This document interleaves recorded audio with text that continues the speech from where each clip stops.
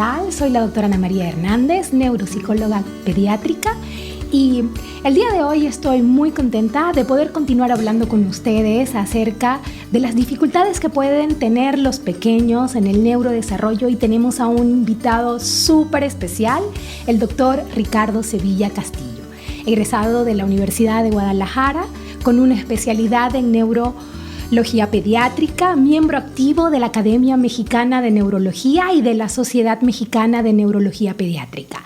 Con casi 30 años de experiencia, es un profesional de la salud comprometido con los niños que exhiben dificultades en el neurodesarrollo y con sus familias, y el día de hoy estamos súper contentos de que nos pueda acompañar. Bienvenido, doctor. Muchas gracias, Anita. Muchas gracias por la invitación. Sobre todo, poder externar a muchos de los oyentes y que nos estén viendo quizás algo que les pueda ayudar para que entiendan la función del médico en este tipo de trastornos del desarrollo. Claro. En un podcast anterior estuvimos hablando acerca de cuáles son como los signos de alarma que un papito puede identificar en su pequeño, que le llame la atención y que entonces deba buscar ayuda porque posiblemente pueda tener un trastorno del espectro de autismo. Este papito nada más es lo que va a saber que de pronto hay algo que se está desarrollando diferente y que debe buscar ayuda. Y entonces la primera pregunta es, ¿ese papá a dónde debe ir? Si tiene una preocupación, si tiene una sospecha, ¿a dónde debe ir? Sí, en la práctica habitual que hacemos y lo que vemos dentro de nuestro sistema de salud, casi siempre al que se le pregunta de primera instancia cómo va su parte de la conducta, parte del desarrollo de los niños, es al pediatra. Okay. Muchos pediatras tienen la habilidad para poder determinar que verdaderamente tenemos algún rezago en el desarrollo o inclusive poder dar un diagnóstico de un trastorno del desarrollo. Pero en la mayoría de las ocasiones ellos lo que hacen es hacer la primera fase de evaluación sobre pues, lo que le preocupa en un momento dado al familiar, ¿no? Como ya se habló anteriormente de signos de alarma, lo más probable es que el niño entonces esté preguntándole a su médico, en este caso el pediatra, le va a decir el papá, bueno, mi niño no habla como es esperado y quizás no entiende lo que le estamos diciendo, parecería que no escucha. Entonces, esa primera parte, ¿verdad? El pediatra tiene dos opciones, dependiendo de la edad. Muchos de ellos dicen, bueno, ¿qué edad tiene el niño? Tiene 1 año, 4 meses, les preocupa que no diga ni una sola palabra, pues es una etapa de mucho cambio y está en una etapa de evolución. Entonces el pediatra puede optar por darle, después de examinarlo, después de hacer una exploración física en el niño y constatar que está escuchando de una manera indirecta. En el consultorio va a decir, bueno, podemos esperar 2 o 3 meses y volver a hacer una reevaluación. Después del 1 año y medio, es muy poco usual que un niño que no ha tenido todavía una adquisición y desarrollo del lenguaje adecuada, pues digamos que no pase desapercibido. Entonces el papá sigue se preocupa. Muy preocupado y va a decir, bueno, ¿y ahora qué más puedo hacer, verdad? Ahí en ese momento es cuando el pediatra tiene 2 opciones. La primera sería, ya lo revisé, ya lo volví a revisar, no hay mejoría de lo que estamos viendo, sigue presentándose la dificultad, en este caso muy enfocada a la comprensión o el que no ha desarrollado el lenguaje. Y entonces el pediatra puede en ese momento ordenar una prueba de audición, que eso es algo muy común, como que se puede realizar, porque lo que está ocurriendo es que el niño o no nos hace caso o verdaderamente no atiende cuando uno le habla, ¿no? Que más o menos va por el mismo lado. Pero lo importante aquí es que el realizar en una prueba adicional en ese momento, quizás la única que nos ayudaría mucho es esa. Y una vez que ya tengamos el resultado, que por lo general es un resultado que es normal, de que no hay problemas auditivos, entonces sí, se hace una referencia con el especialista, en este caso de alguien que conozca los trastornos del desarrollo. ¿Quién es el que más conoce trastornos del desarrollo?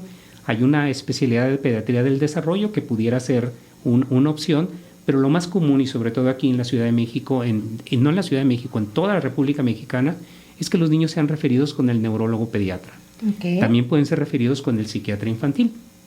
Pero por lo general un niño en los primeros 2 años de la vida es preferible que lo vea el neurólogo pediatra, porque el neurólogo pediatra tiene, digamos, cierta afinidad con el proceso internista de la patología propia de que pudiera desarrollar un niño un problema de lenguaje, pero no como específico de un problema de lenguaje, sino buscar si hay alguna enfermedad que esté ocasionando esta dificultad, ¿verdad? Okay. Y entonces, a ver, cuando usted nos dice que el primer paso que debería hacer, bueno, cuando él dice que el pediatra tiene la opción de decir, bueno, ya tiene el niño año y medio, ya lo he revisado varias veces, sigue sin ganar habilidades y debe hacerle una prueba de audición. ¿Cuáles son esas pruebas o cuál es la prueba de audición que se debe hacer? Sí, en los niños muy pequeños es difícil hacer algo que se le llama una respuesta tonal, o sea, a los diferentes tonos que uno debe de estar escuchando, ¿verdad? Los decibeles que uno escucha la voz, por ejemplo. Y es difícil hacerlo de una manera conductual, o sea, yo que puedo poner una serie de tonos diferentes que él esté escuchando y ver la respuesta que tiene a cada uno de ellos. Claro. Como eso cuesta mucho trabajo y los mismos audiólogos que hacen este tipo de estudios, ellos mismos nos recomiendan hacer un estudio un poquito menos específico para los decibeles, pero que sí puede en un momento darnos la idea de que se está escuchando adecuadamente, y el estudio se llama potenciales evocados auditivos de tallo cerebral. Y ese es el estudio que en la mayoría de los casos se realiza en un niño menor de 2 años, ¿verdad? Quizás porque ya los más grandecitos sí pudieran realizarse una audiometría más convencional. ¿Y ese estudio es un estudio invasivo? ¿No es invasivo? ¿Qué le hacen al pequeñito? Porque el papá va a estar preocupado, ¿verdad? Y va a decir, ¿cómo me lo van a sedar? ¿Que me lo van a sentar en una silla? ¿Qué le hacen? Sí, verdaderamente el estudio es sencillo. Es un estudio que no amerita una intervención como tal. No le van a poner agujas, no lo van a inyectar, ni tampoco hay necesidad de sedarlos. Al contrario, lo que se pide nada más es que el niño, de preferencia, puede utilizarse dormido, que eso es lo más recomendable porque los niños son muy inquietos. Un niño de 1 año y medio es difícil tenerlo sentado un ratito para tomar una prueba de estas. Y en lo que consiste es colocar prácticamente 2 electrodos que se pegan en el cuero cabelludo. En la cabecita. Así es, en la cabeza. Se pegan con una pasta parecida a la pasta de dientes, en lo cual se ponen 2 electrodos, son 2 alambritos que van a quedar ahí pegados, y luego se les ponen unos audífonos. Los audífonos mandan un sonido, una especie de pop, pop, pop, pop, pop, pop, con diferentes tonos. El niño ahí no necesita participar, él va a estar dormido pero va a estar escuchando los sonidos. Es como cuando nosotros estamos dormidos, escuchamos ciertos sonidos. Cuando son los del medio, comunes, no nos despertamos, pero es un sonido fuera de lo común, luego abrimos los ojos. En este caso, el niño está dormido y hay diferentes tonos, y el aparato por sí mismo está viendo, nos está diciendo cómo aparecen eléctricamente la estimulación de las neuronas que tienen que seguir esa respuesta, ¿no? Respuesta, exactamente, y nos da una idea de que sí se está escuchando o no se está escuchando. Claro. Y bueno, decía hace un ratico que usualmente la respuesta o el hallazgo, la conclusión de este examen es que escucha bien. Exactamente. Y entonces cuando el papá ve el examen y dice, mi hijo escucha bien, ¿qué sigue? ¿Qué hay que hacer ahora? Bueno, el siguiente paso es hacer la valoración ya por lo que vendría siendo el neurólogo pediatra. Ahora, ¿por qué presentamos al neurólogo pediatra? Porque es el médico que nos va a poder determinar a través de una exploración física, de un examen exhaustivo, de una serie de preguntas muy bien dirigidas sobre casi todas las habilidades del desarrollo, que nos va a poder determinar, primero, que de veras existe un problema en el lenguaje, porque volvemos a lo mismo, casi siempre el niño va a ir porque no habla adecuadamente o no hace caso. Entonces, que de veras es un problema de lenguaje, y si este problema de lenguaje en su momento está dado por una dificultad propia en la que su cerebro no desarrolla la habilidad como tal del lenguaje, o bien existe una enfermedad que afecta a todo el organismo y que se está asociando a un retardo en la adquisición y desarrollo del lenguaje. El ejemplo es muy sencillo. ¿Cuál es una de las causas frecuentes que afortunadamente con los programas actuales nacionales que tenemos en México ya no ha ocurrido? Anteriormente teníamos niños que tenían hipotiroidismo congénito, una falta de producción de la hormona tiroidea desde el nacimiento. Y lo único que veíamos en ellos es que empezaban a rezagarse, tanto para caminar como para hablar. Y ese era lo único que uno encontraba. Actualmente hay un screening que se hace para poder determinar esto, ¿no? Y ya afortunadamente ya no lo vemos. Pero eso es un ejemplo así muy claro de cómo un niño no está hablando adecuadamente, pero tiene una patología digamos, de fondo. Que explica el porqué. Que explica el porqué y que uno tiene la obligación de estar al pendiente de que esté presente o no. Por eso la importancia de que es el médico el que esté... El especialista. El especialista valorando. Oiga, doctor, y otra preguntita. Y, por ejemplo, ¿qué nos puede comentar usted de estos papitos que dicen, es que a mí me dijeron que esperáramos porque está muy chiquito, tiene 2 años y no se puede saber si tiene autismo? O ¿a qué edad podemos diagnosticar el autismo? Porque, bueno, también los papás se inquietan, ¿no? Y dicen, a ver, está muy chiquito, me tengo que esperar. La abuela le dice, no te preocupes, mijito, tu tío habló hasta los 5 años. Seguro que se va a tratar como tu tío. Entonces, ¿qué pasa con las edades? ¿Qué podemos hacer? Pues, la verdad es lo que hemos siempre insistido en que las valoraciones tempranas, sobre todo las valoraciones que hacemos los especialistas, pues verdaderamente debemos de poner como un punto de referencia de cuándo está algo que se sale de lo esperado o cuándo no. Por ejemplo, todos los niños tienen un desarrollo típico que tienen ciertos meses de diferencia para que alcancen una habilidad. En este caso, hablando del lenguaje, esperaríamos que un niño de 1 año 8 meses, 1 año 6 meses, por ejemplo, pues sea un niño que ya entienda una cantidad buena de palabras, o sea, generalmente pueden entender más de 20 palabras, pero quizás nada más puedan decir 3 o 4 palabras, o sea, verdaderamente no hay muchas palabras que puedan salir en un niño de 1 año y medio, pero lo importante es la comprensión. En un niño de 2 años es esperado que el niño pueda decir de 20 hasta 50 palabras, hay unos que hablan mucho, pero ya tienen 5 veces más de comprensión.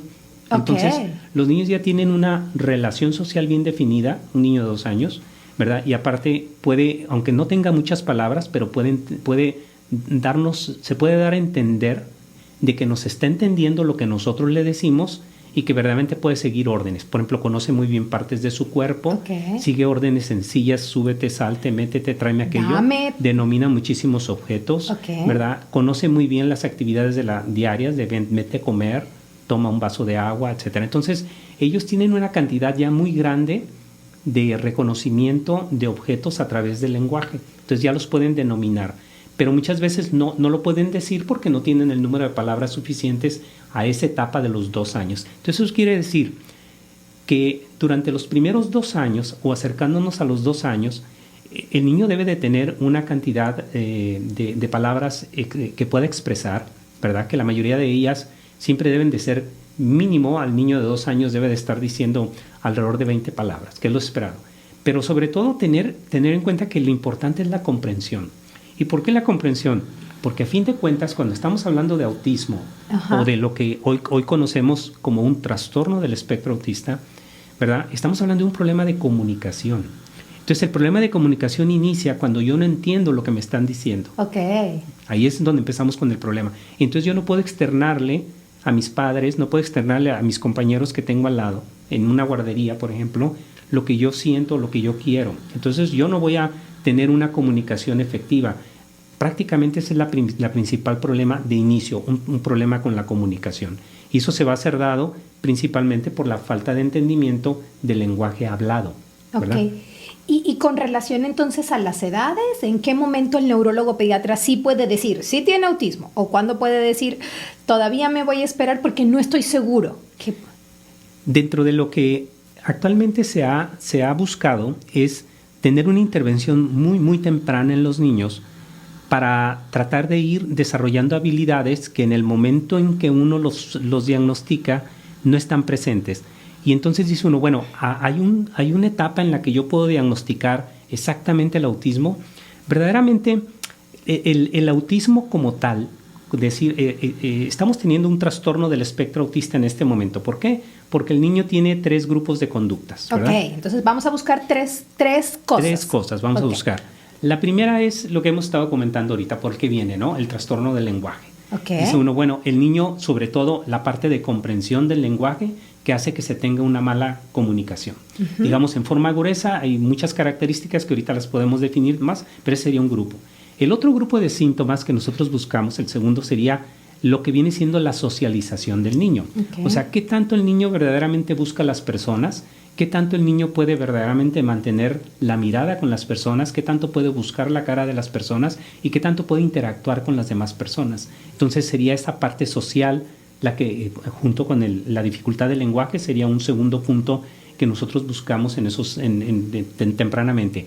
Y la tercera sería la presencia de conductas que son repetitivas, que están presentes desde muy tempranamente, ¿no? Conductas muy, digamos, notorias, porque los niños pueden hacer muchas cosas con las manos repetitivamente, aletearlas, moverlas, tocarse la cara, ¿verdad? O bien con los mismos ojos, hacer movimientos extraños con los ojos, pero de una manera que sabemos de que lo hacen, digamos, repetitivamente, ¿verdad? Darse volantines, caminar de puntas, ¿verdad? Y esa parte hace que esas conductas repetitivas se asocian mucho también a que las conductas que ellos tienen se restringen mucho y entonces a ellos les cuesta trabajo pasar de una actividad a otra. O sea, cuando uno los quiere pasar o les quiere quitar algo porque pues ya terminó el momento y se tienen que ir, o llegar a un lugar que no conocen, es muy difícil la adaptación. Entonces, el rango restringido de actividades, así es como también se le conoce, rango restringido de actividades,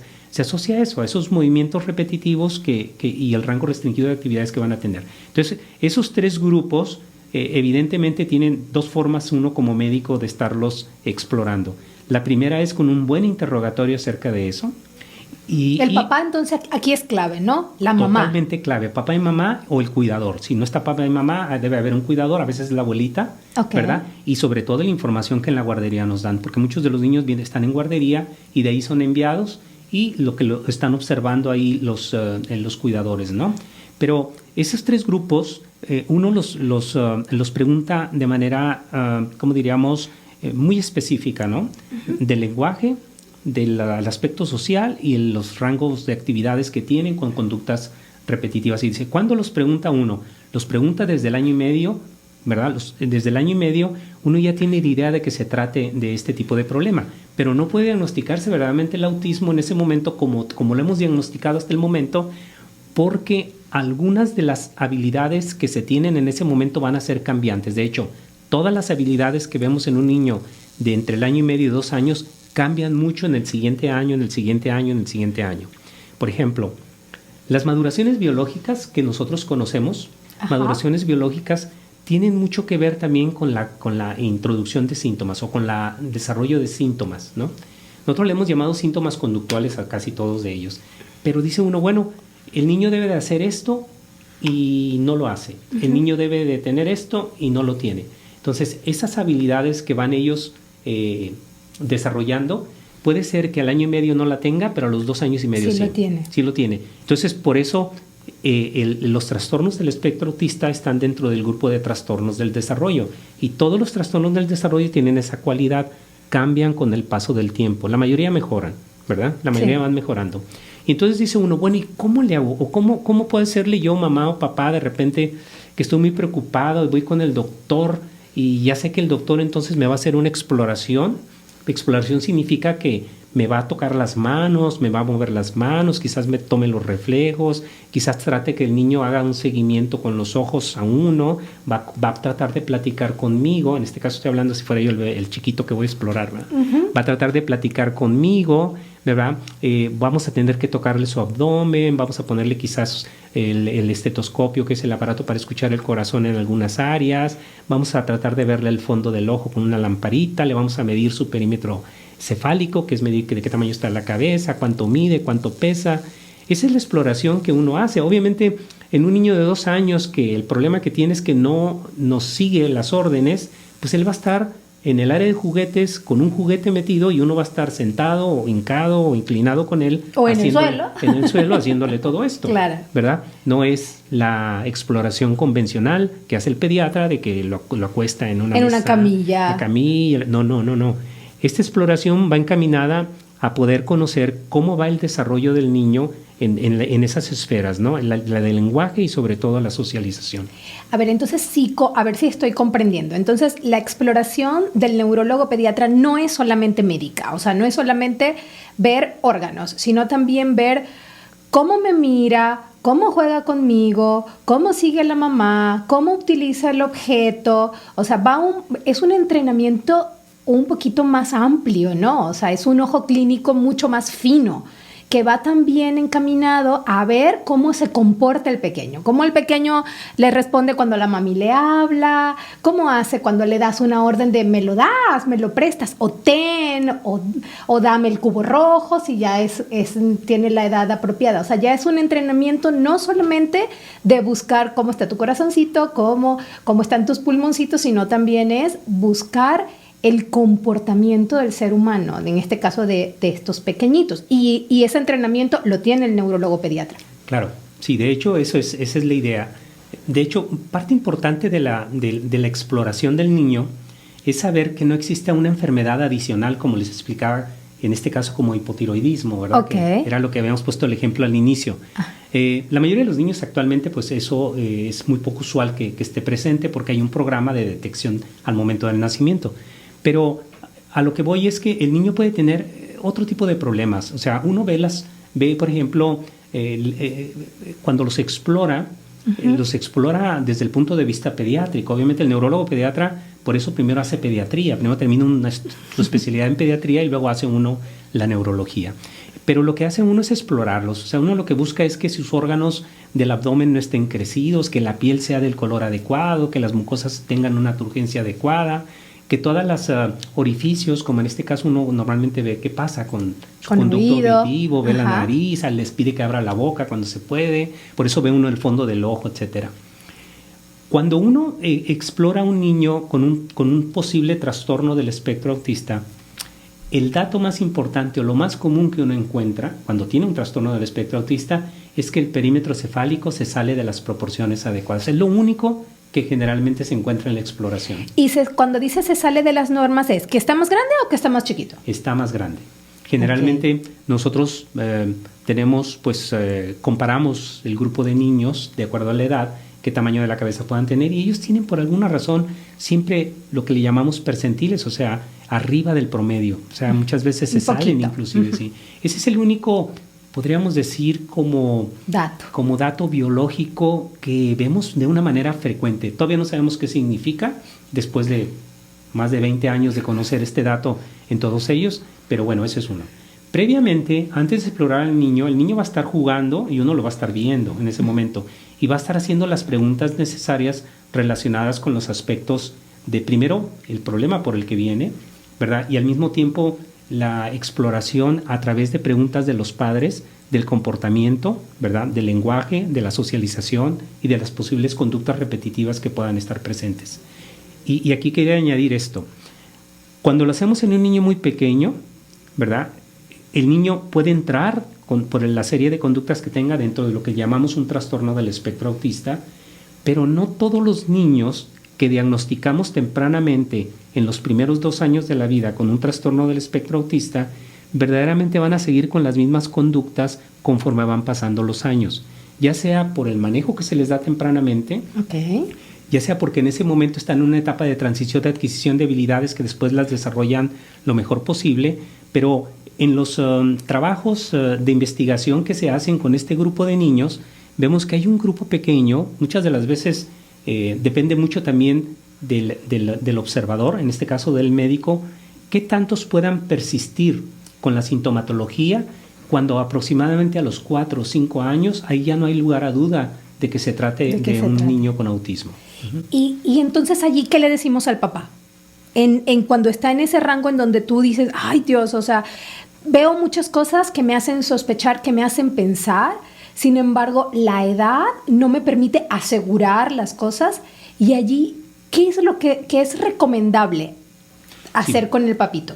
Porque tampoco se vale alarmarlo sin que estemos seguros, pero tampoco, pienso que debe ser apropiado dejarlos ir sin decirles, ay, aquí hay algo. ¿Cómo manejar eso? Eso es una línea muy delgadita entre qué está correcto, qué no, qué hago, qué no hago, qué digo. Sí, esa parte es quizás una de las más difíciles, pero creo que el niño se va a beneficiar, el niño como tal, se beneficia de que nosotros podamos establecer que está dentro de un trastorno del espectro autista o no está dentro de un trastorno del espectro autista. ¿Qué quiere decir que no está dentro de un trastorno del espectro autista?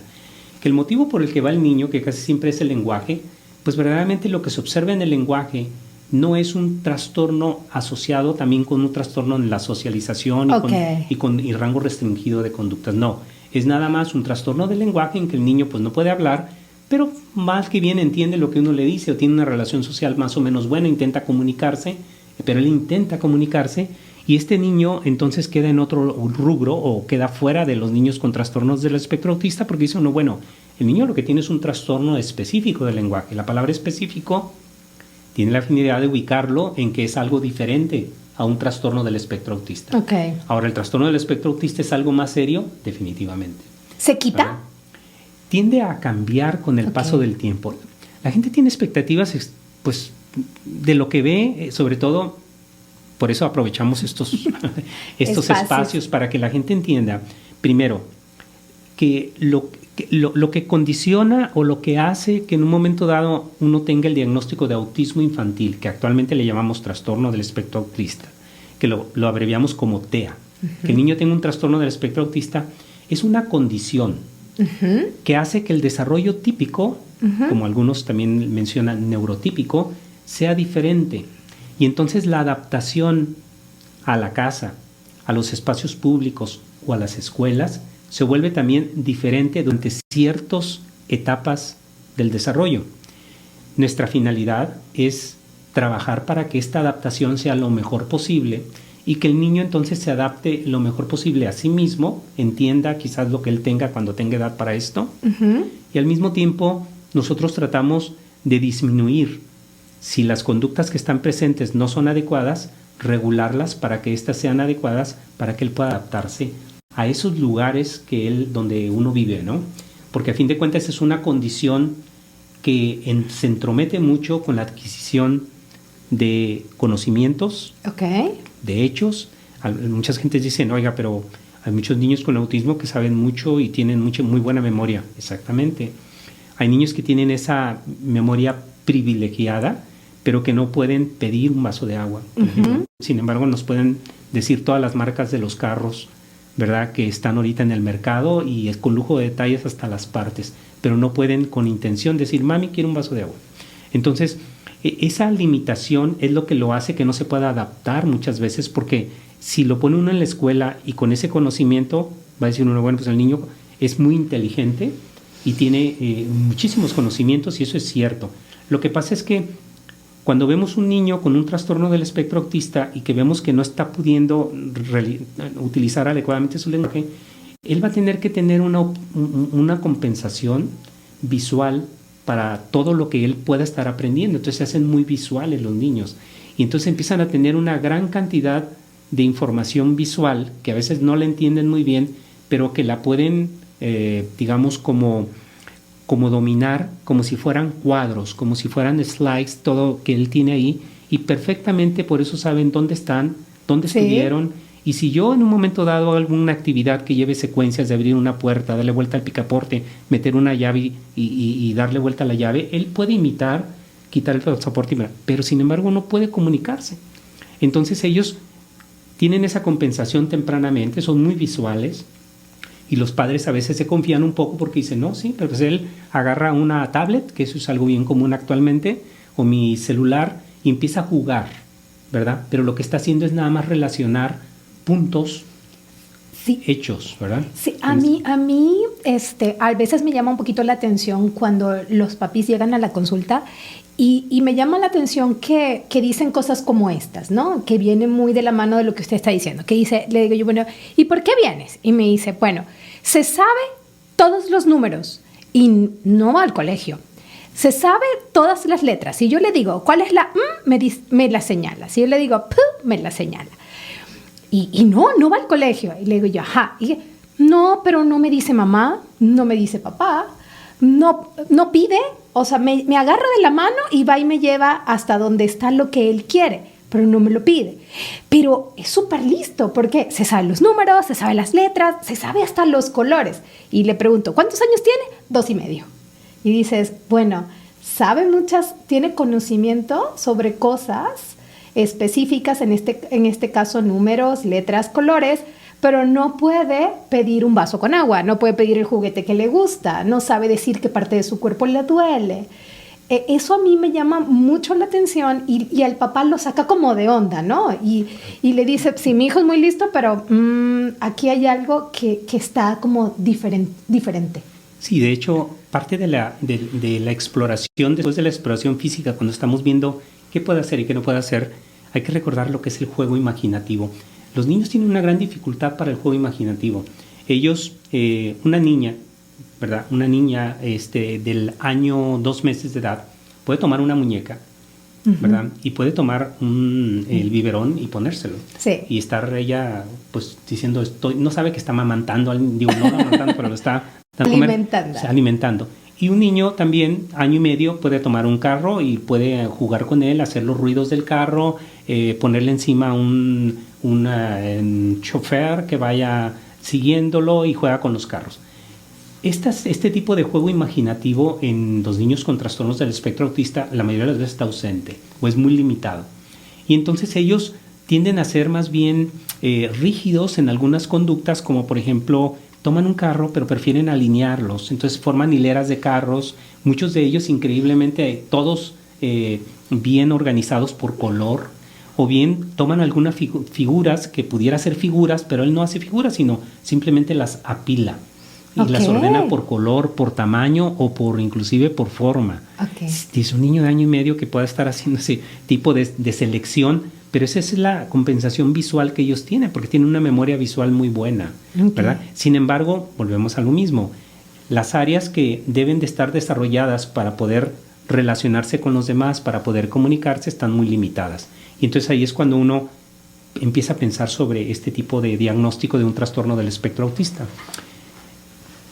Después de que nosotros interrogamos y hacemos todo este tipo de situación, dice uno, bueno, ¿y esto cómo se complementa? Ajá. ¿Verdad? ¿Cómo se complementa? Dice uno, y así nada más porque lo ve uno, la mayoría de las veces, la mayoría de los síntomas son muy, digamos, enriquecedores para poder enmarcar que se trata de un trastorno del espectro autista para el médico.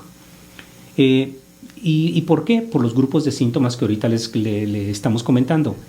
Pero existen, digamos, cuestionarios, existen pruebas que inclusive se pueden complementar con los niños para poder entonces tener 2 evidencias adicionales. La primera es poder medir las conductas, que a fin de cuentas el trastorno del espectro autista es una situación que tiene que ver con la adaptación, con la comunicación, pero todos son conductas que son las que estamos midiendo. No podemos tomarle una muestra de sangre y decir que tiene autismo. Ni una ¿verdad? radiografía. No le podemos tomar una tomografía, una resonancia magnética y decir que tiene autismo. No podemos tomarle un electroencefalograma y decirle que tiene autismo.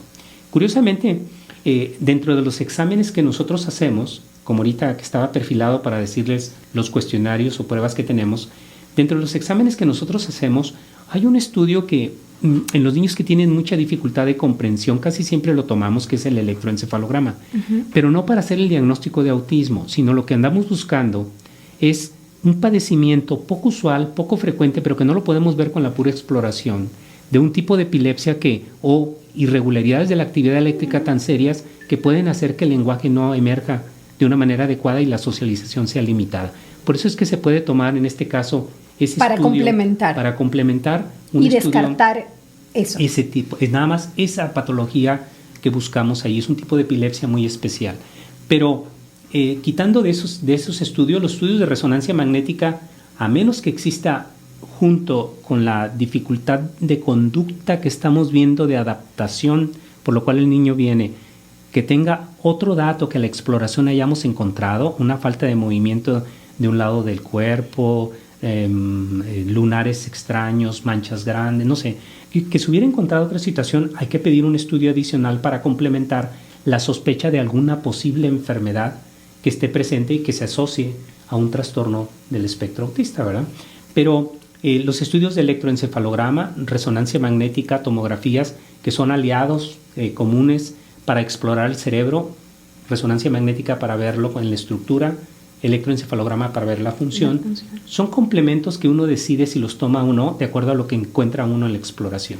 Sí, porque también hay papás que es como que, y no me mandó a hacer ningún examen, ¿no? Y no me mandó a hacer una resonancia, no me mandó, y a veces les digo, bueno, el doctor sabe, o sea, el neurólogo pediatra está entrenado para cuando sí y cuándo no, porque aparte, bueno, también creo que es cuidar también la economía del paciente, porque sabemos que luego desembolsas una cantidad de dinero que puedes necesitar para otra cosa mucho más importante, ¿no? Entonces, la clínica.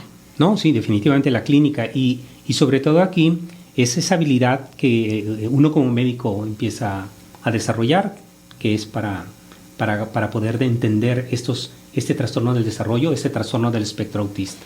¿Y cuál es el plan de acción entonces cuando ya el neurólogo ya hizo toda la exploración, tiene, digamos que muchos datos, tiene una historia clínica que le dice que sí, una exploración que le dice que sí, una edad que le permite también asegurar y aparte algunas pruebas complementarias que midan como las habilidades que corresponden a las edades y dices, estoy seguro, tiene, y comunicas al papá.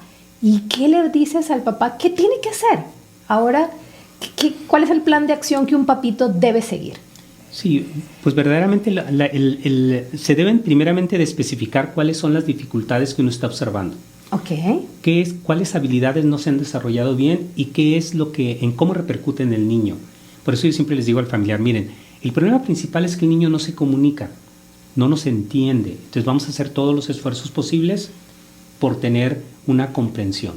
¿Y cómo vamos a hacer esos esfuerzos? Bueno, los esfuerzos se hacen a través de una terapia. O sea, en los niños muy pequeños, volviendo otra vez a la edad de cuando uno puede diagnosticarlos, ha habido tanto interés en eso que inclusive el grupo de California, que por allí hizo unas publicaciones muy interesantes el año pasado, cómo ellos trataban de decir, bueno, ¿y a qué edad ya podemos hacer un diagnóstico de un trastorno del espectro autista?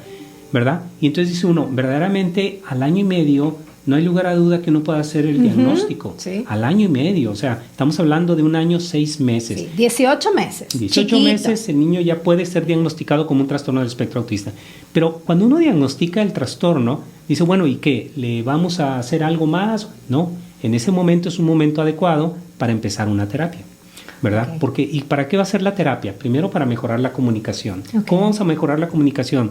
Mejorando la comprensión del lenguaje y al mismo tiempo limitando, si es posible, algunas conductas repetitivas y facilitando también ese desarrollo social.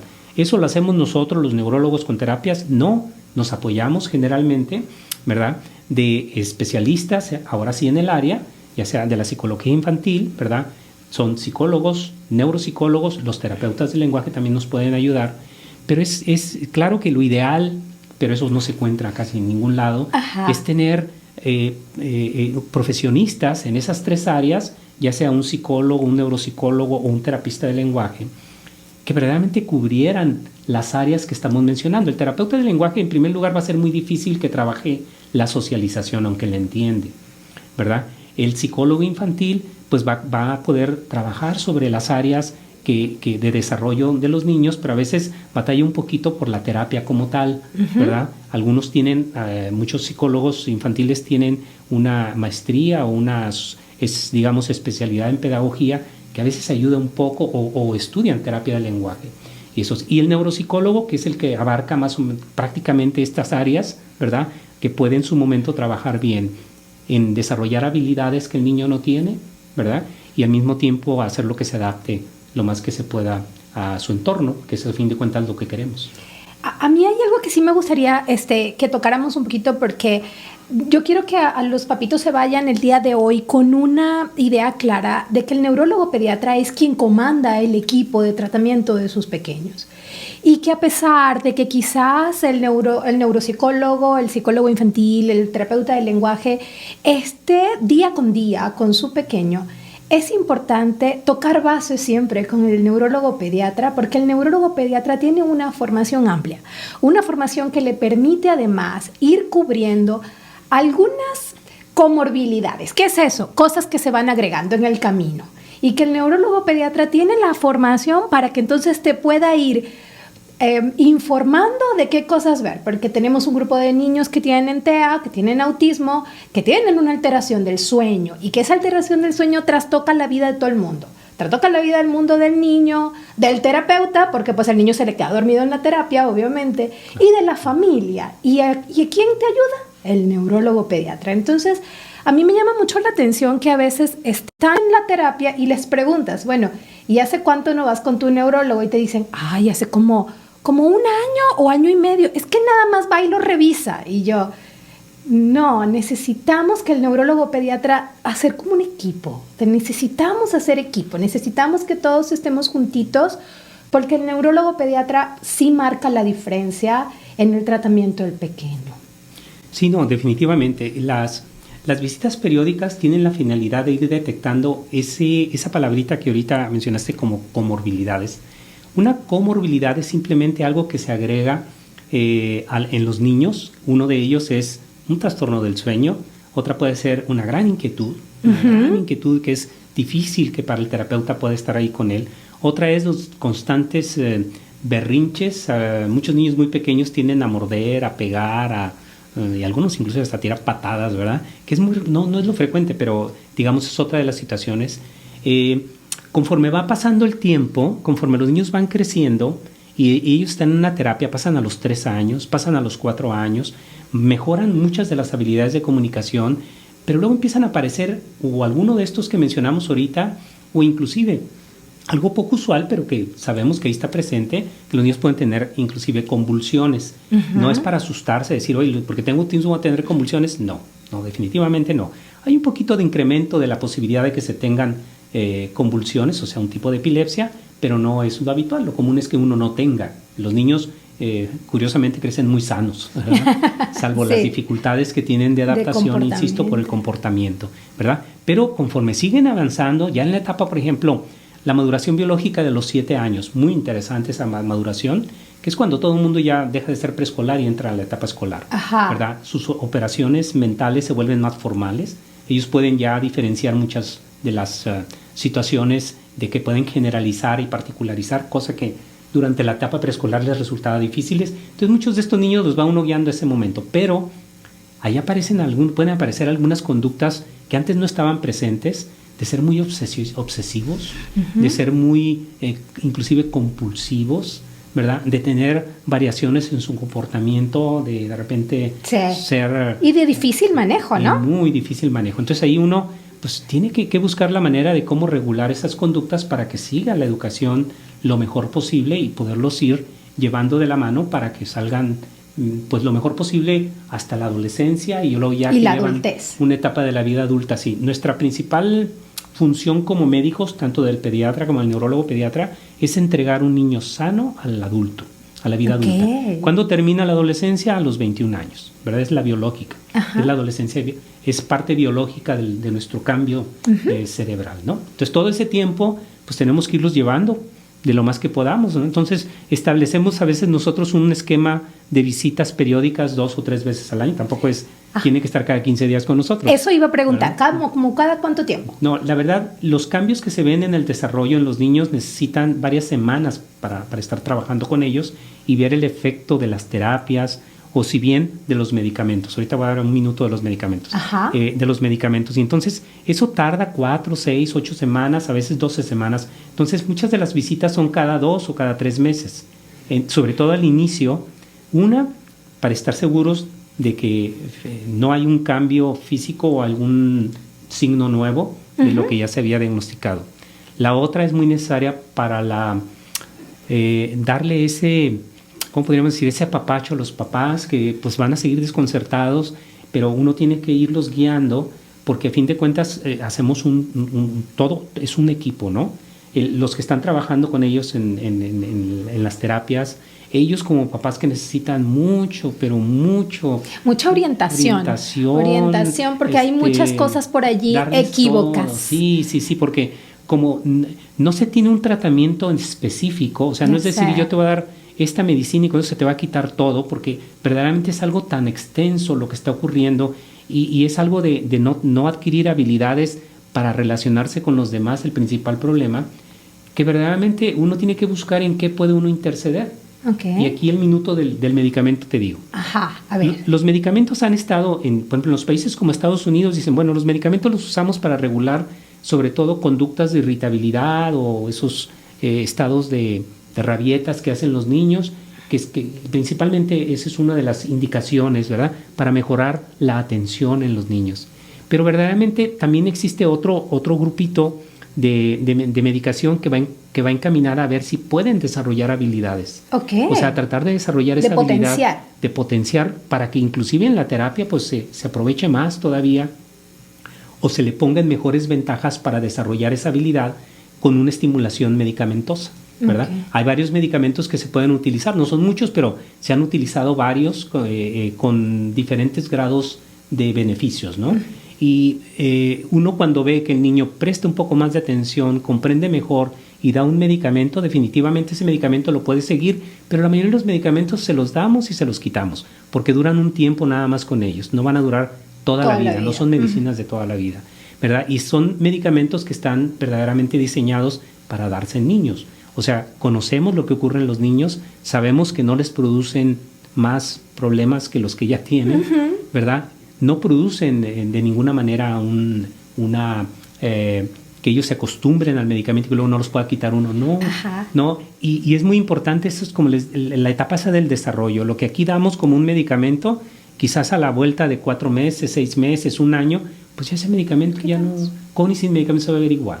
Entonces uno es cuando quita las medicinas, ¿verdad? Claro. Y bueno, y que el papá también sepa que esto es una decisión en equipo, ¿no? O sea, que el neurólogo está para orientarte, pero que al final tú como papá decides que sí, que no para tu niño. Y tú como papá también decides qué tratamientos son para tus pequeños y cuáles son las sugerencias que vas a acatar. Vas a ensayar qué cosas te van a funcionar y cuáles cosas en el camino no te van a funcionar. Y puedes conocer a otro niño que también tiene autismo, que ha hecho exactamente lo mismo que tú y que a tu hijo sí le funcionó y que al otro no le funcionó, porque una vez yo leí una expresión que me gustó mucho que lo describe muy bien a los trastornos del espectro de autismo y dice, cambia con el paso del tiempo, pero cambia adentro del individuo, o sea, y cambia de individuo en individuo. Y yo decía, sí, esa es la constante. La constante en el autismo es que va a haber un cambio. Sí, de hecho, desde el punto de vista médico, ese diagnóstico que se conoce ahorita como trastorno del espectro autista ha sido pues sujeto de múltiples reuniones internacionales en todo el mundo. Los chinos, los asiáticos, nosotros los mexicanos y los anglosajones, todos tenemos los mismos síntomas. Como un japonés tiene los mismos síntomas, o sea, no ve a los ojos, no se comunica, no entiende lo que le decimos, algunas conductas repetitivas, pero tiene los mismos síntomas. Entonces, la situación de por qué le pusieron espectro, esa palabra espectro, trastorno porque esas habilidades que no están apareciendo les hace que no se puedan adaptar a la vida verdaderamente en la casa, en la escuela, en la guardería, en el kinder, cuando iniciamos, ¿verdad? Espectro es porque existe una gama larga, amplia, de síntomas. Unos tienen pocos síntomas, otros tienen muchos síntomas. Unos tienen mejor lenguaje, otros tienen pobre lenguaje. En los 3 grupos de síntomas que ahorita les mencioné, ¿verdad? Espectro, ¿verdad? Y por eso le pusieron así, trastorno del espectro autista. Entonces dice uno, muy acertadamente lo que comentaste, ¿por qué a uno le sirve a lo mejor esta medicina o esta terapia o este suplemento, no sé, lo que sea, y al otro no? Bueno, porque si existe nosotros le decimos patología, desde el punto de vista del desarrollo, que es heterogénea, esa palabra quiere decir que todos son diferentes, ¿verdad? Es el trastorno del espectro autista. Es lo más heterogéneo que podemos tener. Lo más diferente, cambiante. Sí, o sea, no todos los niños tienen las mismas conductas, pero en diferente grado de intensidad y también tienen diferente pronóstico, ¿verdad?